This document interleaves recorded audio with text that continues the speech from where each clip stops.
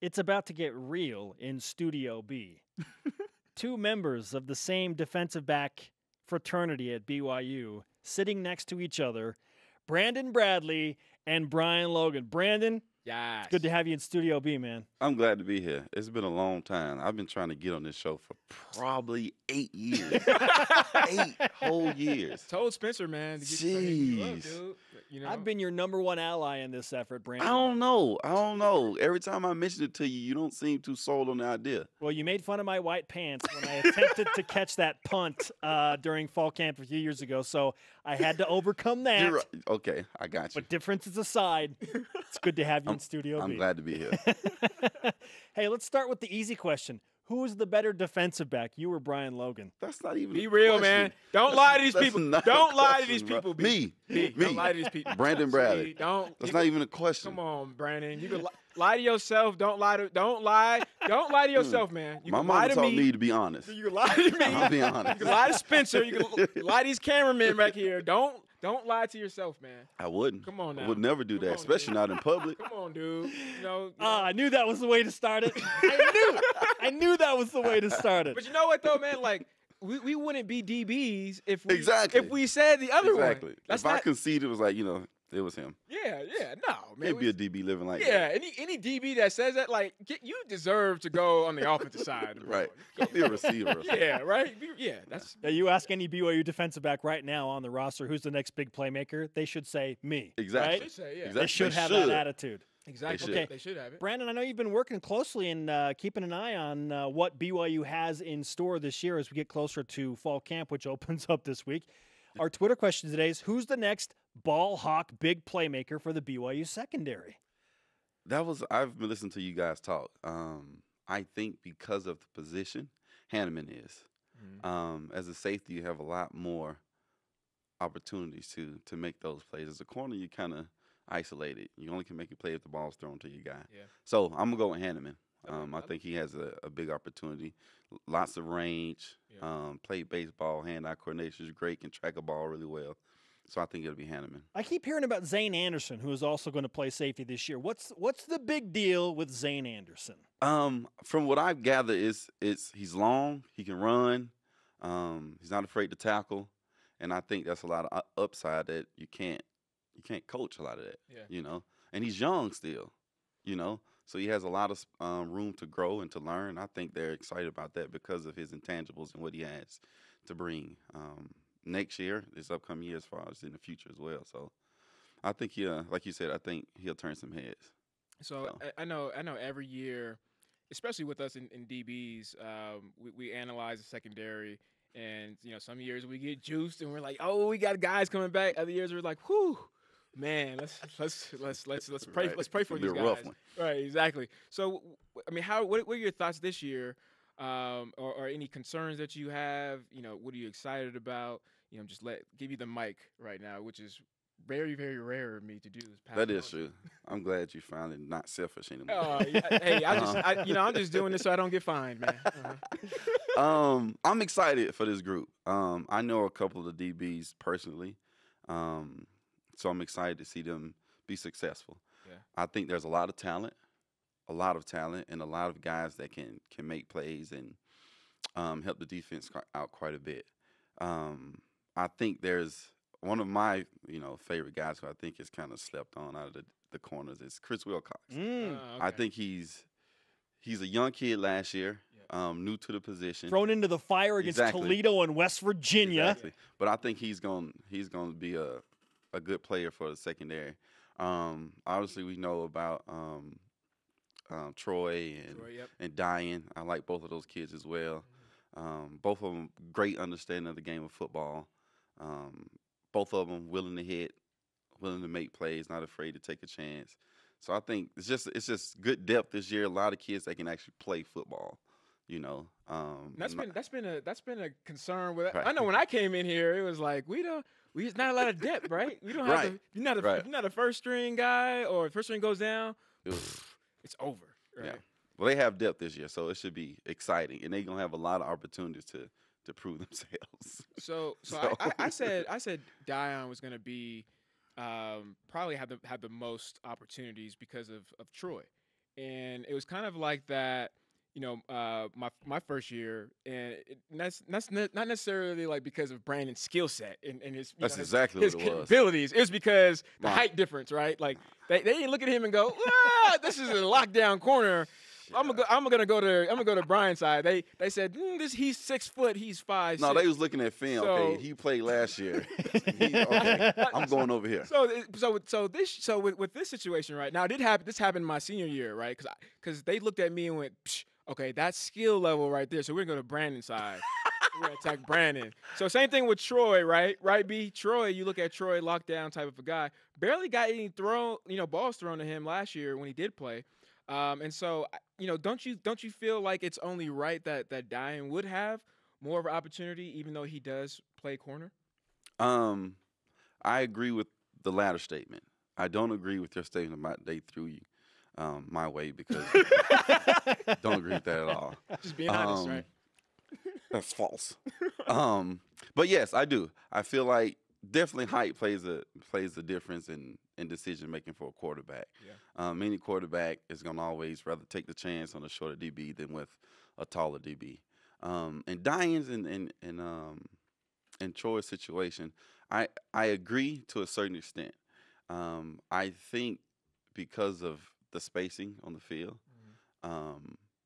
where the ball is thrown plays a big part in that. With Kai being there last year, I think they took opportunities where they could throw away from Kai. Yeah. And a lot of those situations, was to Diane's side for whatever the reason was. But I definitely do agree with you that height plays a difference, and Diane will get tested. But I think he proved himself last year. So now I think the quarterback, the offensive coordinator, kind of got to go back to the drawing board. Okay, so which one's having the worst game? Yeah, sure. Which one's having the worst game? That's who we'll throw. Oh, you mean use simple logic? Right. Right. Yeah. Okay. We didn't. Okay. It's unfortunate that me and B as a cornerback duo didn't get that point until like the last 3 games of our senior year. But yeah. They got there eventually. We got there eventually.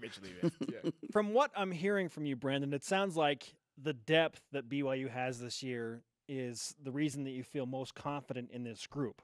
Now, on the other side, what is your greatest concern for the BYU secondary in 2017? My biggest concern, I don't know what my biggest concern is. That's good. I guess. Yeah, that is good. They're a young group, obviously. Okay. And with that comes mistakes, comes growing pains. But I think Gennaro does a really good job of dealing with those growing pains in the moment and allowing them to overcome them, without berating them and making them feel like they suck at their job. Sure.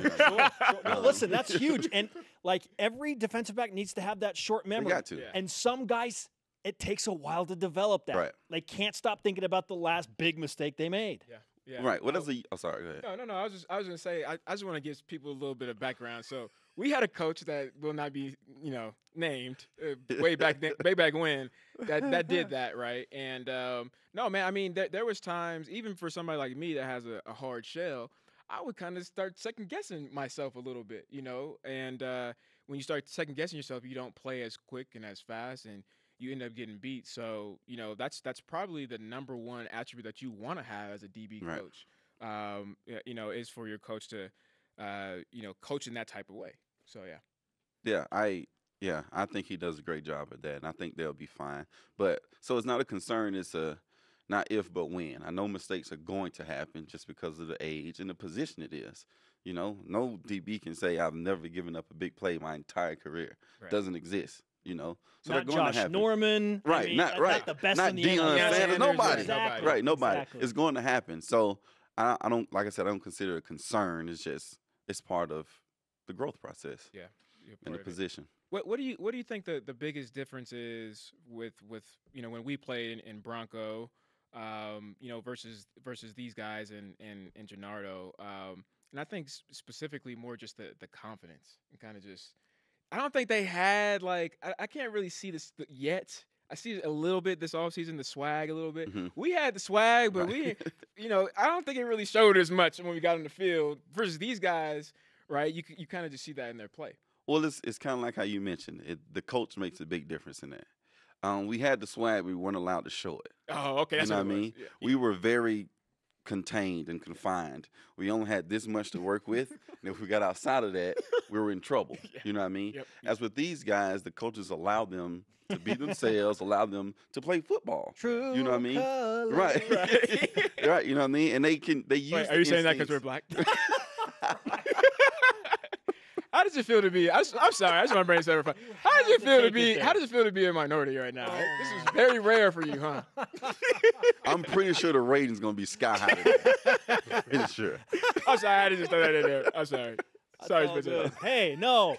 I need to be made to feel uncomfortable every now and again, right? No. But I'm telling you, there's nothing you can say to me. It doesn't to really happen throw me too. off, It man. doesn't happen too often when you never are, happens, bro. Yeah, It never happens. There's only like 5 of us here, Right. 2 of us sitting Right. here right now. So yeah, but no, man.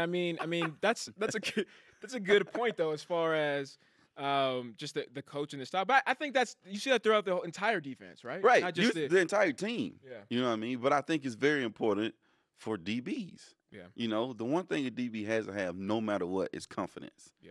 You know, and if that confidence is shaken, especially by your coach or coaches, it's hard to find it back. Yeah. It's hard to get on the field in between the lines and be like, you know, Right. my coach trusts me to do what I'm supposed to do.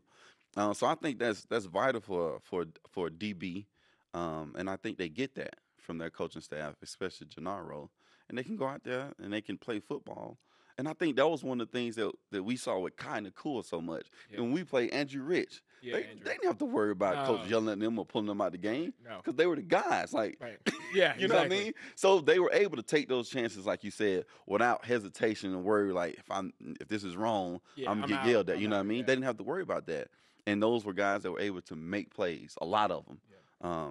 So I think that's gonna be vital for them, especially with them being young. Like I mentioned earlier, they have to be comfortable with themselves and their abilities. So Okay, Brandon. Ed Lamb and Gennaro Guilford have come to you looking for help in establishing the starters for game number 1 against Portland State.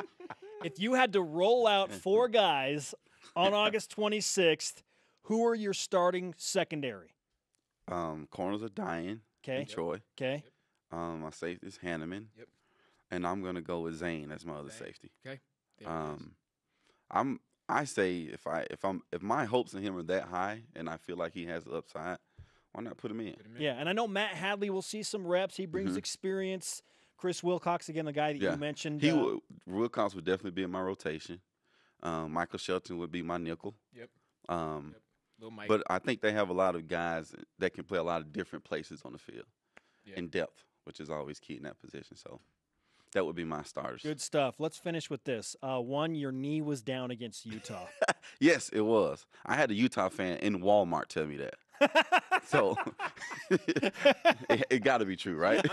I mean, this is a lesson. This is a lesson for all grandpas out there. You know, when you're in situations like that, it's just and you can seal the win. Just go and slide. Just take a knee. Well, if Don't your try to be- His knee was teammate down. had blocked for you, it probably would have been a pick six. Well, I mean, that's all I'm saying. I mean, if the offense, wasn't. Yeah, I'm not talking about offense. I'm talking about defense. Oh, I was blocking. I was No, blocking on you the other weren't. side. I was on the other No, side. you were right next to me, You didn't see and me, you man. missed the tight end. That You didn't see hit me, dude. I was blocking. I was way downfield.